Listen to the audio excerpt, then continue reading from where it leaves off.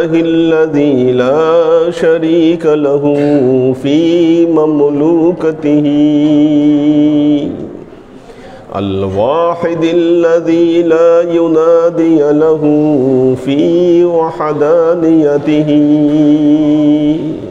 يمرض الخلق ويشفيه ثم يميته ويحييه والأمور تجري بإرادته وحكمته أحمده حمدا معترد بملوحيته والحمد لله الذي عليما خبيرا يعلم ما ينزل من السماء وما يخرج منها وما يعرج فيها وما تحت الثرى فسبحان الذي اشترى من عبده من أنفسهم وأموالهم بأن لهم الجنة وهو المالك والمقرض ولا لعبده مالا ولا منة فنشهد أن لا إله إلا الله وحده لا شريك له ونشهد أن سيدنا وسندنا ونبينا محمدا صلى الله عليه وسلم فصلى الله تعالى عليه وعلى آله وأزواجه وذريته وأهل بيته وأحبابه وأصحابه الأجمعين إلى يوم القيامة. أما بعد عباد الله توبوا إلى الله وادخلوا في السلم كافة ولا تتبعوا خطوات الشيطان إنه لكم عدو مبين ولتنظر نفس ما قدمت لغد واتقوا الله إن الله خبير بما تعملون. عباد الله واصبروا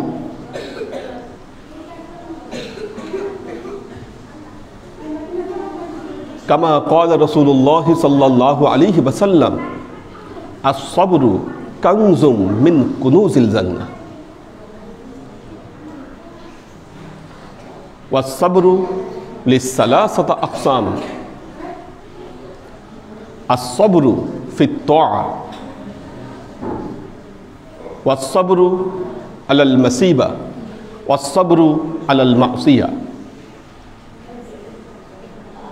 وقال الله تعالى في كلامه المجيد وفرقانه الحميد وبشر الصابرين الذين إذا أصابتهم مصيبة قالوا إنا لله وإنا إليه راجعون أولئك عليهم صلوات من ربهم ورحمة وأولئك هم المهتدون.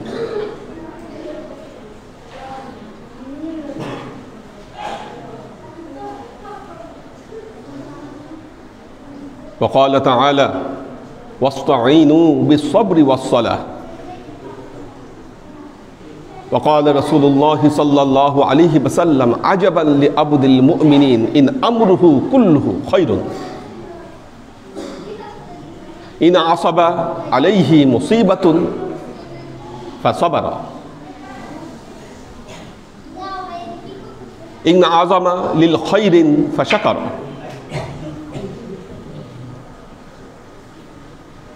وقال تعالى يا أيها الذين آمنوا اتقوا الله حق تقاته ولا تموتن إلا وأنتم مسلمون. উপস্থিত আল্লাহর আশিক ও সালেক বৃন্দ, সর্ববিধ উত্তম প্রশস্তি জ্ঞাপন করছি সে আল্লাহ পাকের নিমিত্তে যিনি খায়রুল হাদি মুহাম্মদ মুস্তাফা সাল্লাল্লাহু আলাইহি ওয়াসাল্লামকে আমাদের নবী হিসাবে প্রেরণ করেছেন। এদেরকে একটু আলাদা আলাদা বসান, মাঝে মধ্যে বসাই দেন, আলাদা করে দেন এদেরকে।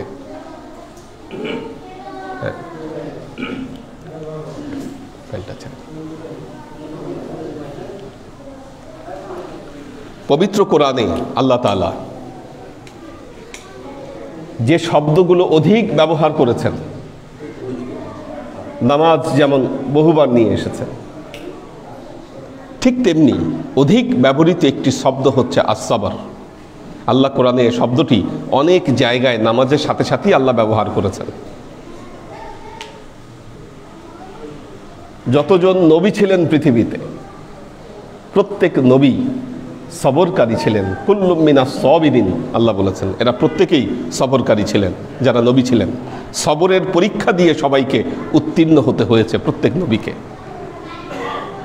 আমরা বাংলায় সবরের অর্থ বলি ধৈর্য, কিন্তু শুধুমাত্র ধৈর্য শব্দটি দিয়ে সবরকে ডিফাইন করা যাবে না।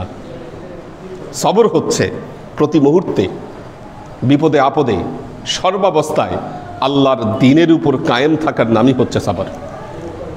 এবং একজন মুমিনকে 3টা পর্যায়ে সবর করতে হয়। মুমিনের সবরের পরীক্ষা দিতে হয় 3 পর্যায়ে। এক হচ্ছে আস-সাবরু লিত-তাআ, আল্লাহর ইবাদত বন্দিগি করা। আল্লাহর ইবাদত বন্দিগি করা এটাও একটা সবর। আল্লাহর ইবাদতের উপর কায়েম থাকা এটা হলো প্রাথমিক সবর। সবার পক্ষে আল্লাহর ইবাদতের উপর কায়েম থাকা সম্ভব হয় না। আপনি ইবাদত বন্দিগি করবেন এবং এই ব্যাপারে আপনার মন খুব স্বতঃস্ফূর্তভাবে ইবাদত বন্দিগির দিকে ধাবিত হবে, বিষয়টি তা নয়। আপনি যখনই আল্লাহর ইবাদত বন্দিগির দিকে এগোতে যাবেন, শয়তান আপনাকে শতবার ধোঁকা দিবে। শীতকালে ফজরের নামাজের জন্য উঠবেন, দেখবেন শয়তান আপনাকে কুমন্ত্রণা দিবে, ঘুমায় থাক।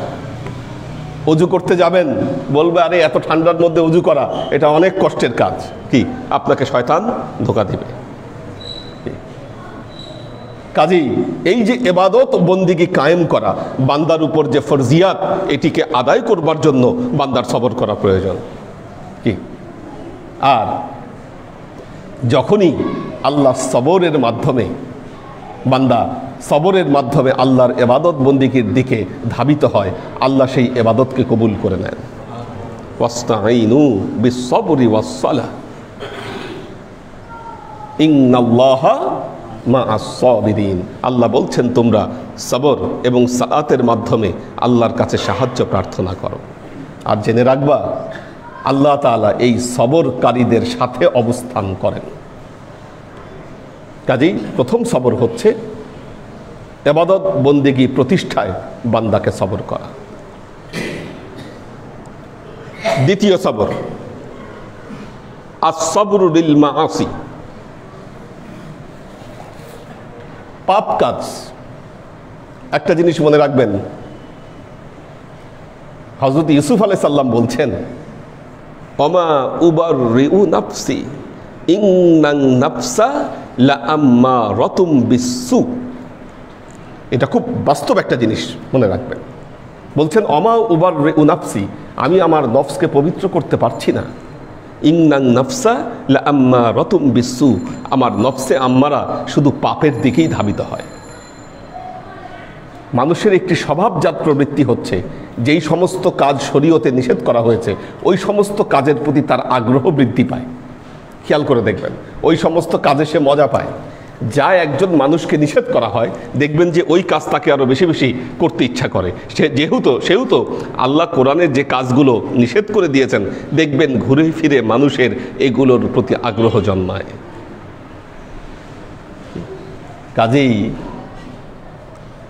দুনিয়ার সকল মানুষ যখন গড্ডালিকা প্রবাহে ভেসে যাচ্ছে, আপনার মনকে সেখান থেকে রক্ষা করা এবং আল্লাহর ইবাদতের উপরে কায়েম করা, আল্লাহর অপছন্দনীয় কোনো কাজ না করা, এটা একটা বড় সবর বান্দার জন্য।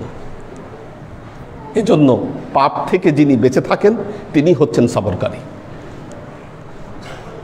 পাপ থেকে বেঁচে থাকা এত সহজ নয় এই দুনিয়ায় বিশেষ করে। কি এই দুনিয়ার যেখানে রন্ধ্রে রন্ধ্রে মানুষের আশেপাশে জগতে পাপের ছড়াছড়ি, এই সময় পাপ থেকে বেঁচে থাকা, এটা হচ্ছে বান্দার জন্য বিরাট বড় একটা সবর। মনে রাখবেন, এটা একটা সবরের পরীক্ষা। ইন্নাল্লাহা মা'আস সাবিরিন, আল্লাহ যে সবরকারীদের সাথে অবস্থান করবেন এত সহজ নয়। এটি যিনি সবরকারী তিনি পাপ করেন না। বিপদ আপদে শুধু হাত গুটায় বসে থাকলেই বলবেন যে আপনি সবরকারী, আপনি সবরকারী হিসাবে বিবেচিত হবেন না। কারণ আপনি প্রকৃত সবরকারী হতে গেলে যেমনিভাবে আল্লাহর ইবাদত আপনাকে প্রতিষ্ঠা করতে হবে, আল্লাহর পাপ কাজ থেকে আপনাকে তেমনিভাবে বিরত থাকতে হবে। আল্লাহ যা নিষেধ করেছেন তার থেকে আপনাকে বিরত থাকতে হবে। নাহলে আপনি সার্টিফিকেট দিয়ে দিবেন একজন লোক খুব শান্ত, একজন লোক সব সময় ধৈর্য ধরে, আর আপনি তাকে সার্টিফিকেট দিবেন যে এই লোক সবরকারী। সবর এত সহজ নয়। যেই সবরকারীর সাথে আল্লাহ অবস্থান করেন। আল্লাহর আশিক ও সালেক বৃন্দ, গেল দুই ধরনের সবর। তিন ধরনের তৃতীয় প্রকার সবর হলো আস-সবরু আলাল মাসিবা, মুসিবতের উপর সবর করা। আল্লাহ পবিত্র কোরআনে বলছেন, ওয়ালা নাবলুওয়ান্নাকুম বিশাইয়্যিম মিনাল খাউফি ওয়াল জুউ ওয়া নাকসিম মিনাল আমওয়ালি ওয়াল আনফুসি ওয়াস সামারাত ওয়া বাশশিরিস সাবিরিন। দেখেন, লামে তাকিদ নুনে তাকিদ, দুই তাকিদ দিয়ে আল্লাহ বলেছেন ওয়ালা নাবলুওয়ান্নাকুম, আমি আল্লাহ অবশ্যই অবশ্যই তোমাদেরকে পরীক্ষা করব। ওয়ালা নাবলুওয়ান্নাকুম বিশাইয়্যিম মিনাল খাউফি ওয়াল জুউ, কি দিয়ে পরীক্ষা করব? খাউফ, আমি তোমাদেরকে ভয় দিব। ওয়াল জু, ক্ষুধা দিব তোমাদেরকে। ওয়াল আনফুস, শারীরিক অসুখ বিসুখ তোমাদেরকে দিব। অসামারত, তোমাদের ফল ফলাদি কমিয়ে দিব, দুর্ভিক্ষ দিব আমি তোমাদেরকে।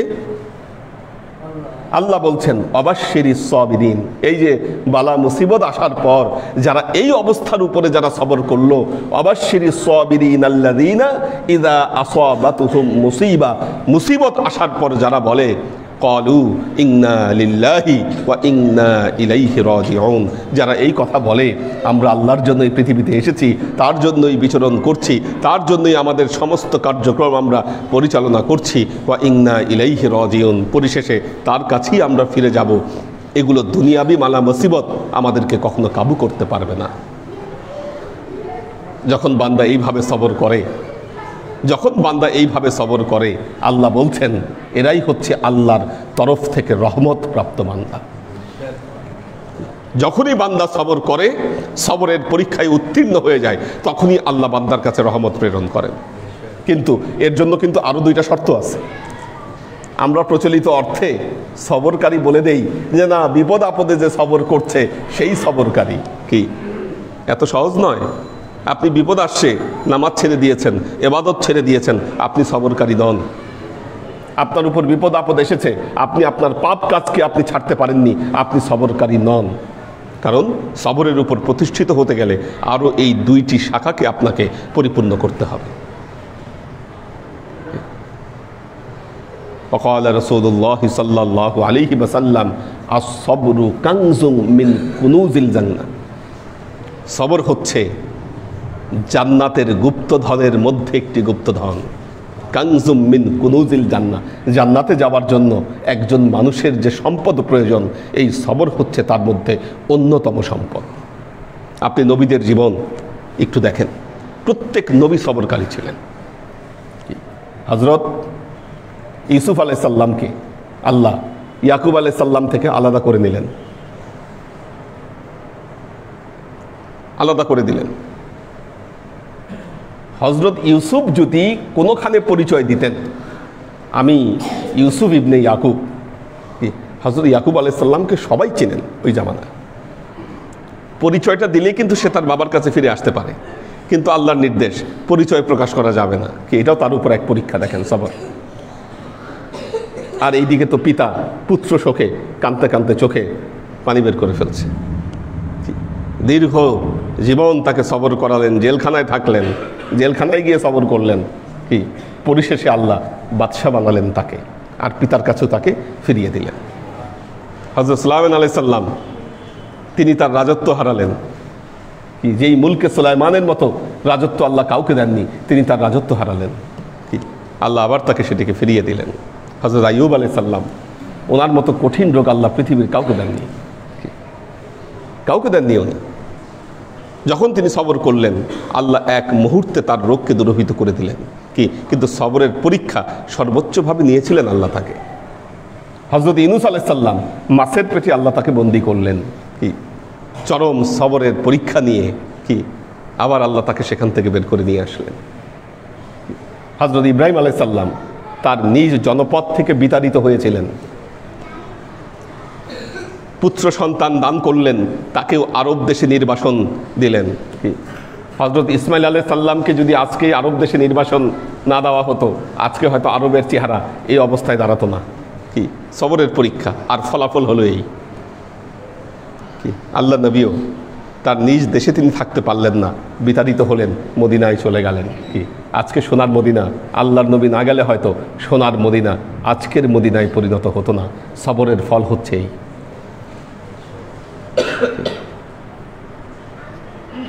আল্লাহ বলেছেন, ইন্নামা ইউওয়াফাস সাবিরুনা বিগাইরি হিসাব। আল্লাহ হিসাব ছাড়া এই যে সবরকারীদেরকে তার প্রতিদান দান করবেন।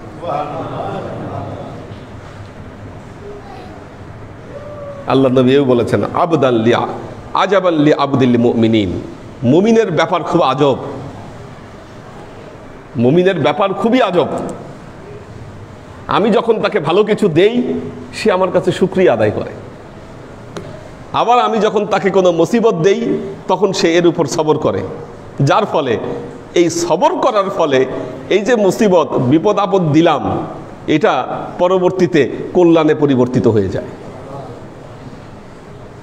কাজী আল্লাহর আশিক ও সালেক বৃন্দ, একজন মুমিনকে অবশ্যই সবরের গুণাবলী এটা তাকে চর্চা করতে হবে। আপনার জীবন শুধু হাসি আনন্দে এটাতে ভরে থাকবে, আপনি শুধু আনন্দ উৎসবে মেতে থাকবেন, এটি মুমিনের চরিত্র নয়।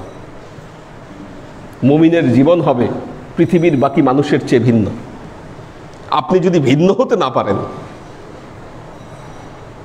সমাজের মানুষ, জগতের মানুষ যাই করে আপনিও তাই করেন, প্রকৃত মুমিন আপনি হতে পারলেন না। আমাদেরকে আল্লাহ তৌফিক দান করুন।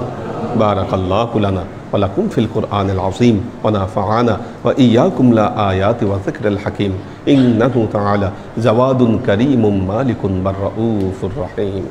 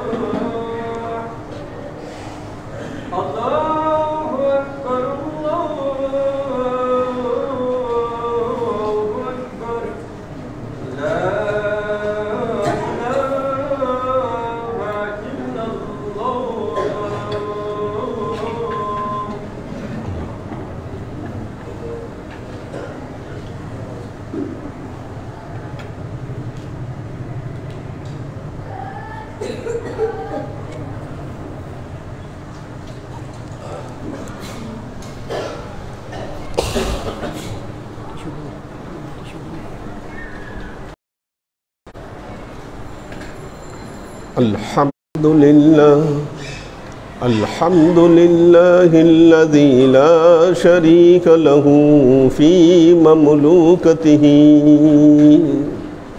الواحد الذي لا ينادي له في وحدانيته يمرض الخلق ويشفيه ثم يميته ويحييه والأمور تجري بإرادته وحكمته أحمده حمدا معترض بملوحيته والحمد لله الذي عليما خبيرا يعلم ما ينزل من السماء وما يخرج منها وما يعرج فيها وما تحت الثرى فنشهد أن لا إله إلا الله وحده لا شريك له ونشهد أن سيدنا وسندنا ونبينا محمدا صلى الله عليه وسلم فصلى الله تعالى عليه وعلى آله وأزواجه وذريته وأهل بيته وأحبابه وأصحابه الأجمعين إلى يوم القيامة. أما بعد عباد الله توبوا إلى الله وادخلوا في السلم كافة ولا تتبعوا خطوات الشيطان إنه لكم عدو مبين ولتنظر نفس ما قدمت لغد واتقوا الله إن الله خبير بما تعملون. عباد الله واصبروا فإن الصبر كنز من كنوز الجنة. عباد الله فاعتزوا بنصيحتي كما أخبركم الآن بخطبتي. بارك الله لنا ولكم في القرآن العظيم ونفعنا وإياكم لآيات وذكر الحكيم إنه تعالى جواد كريم مالك بالرؤوف الرحيم.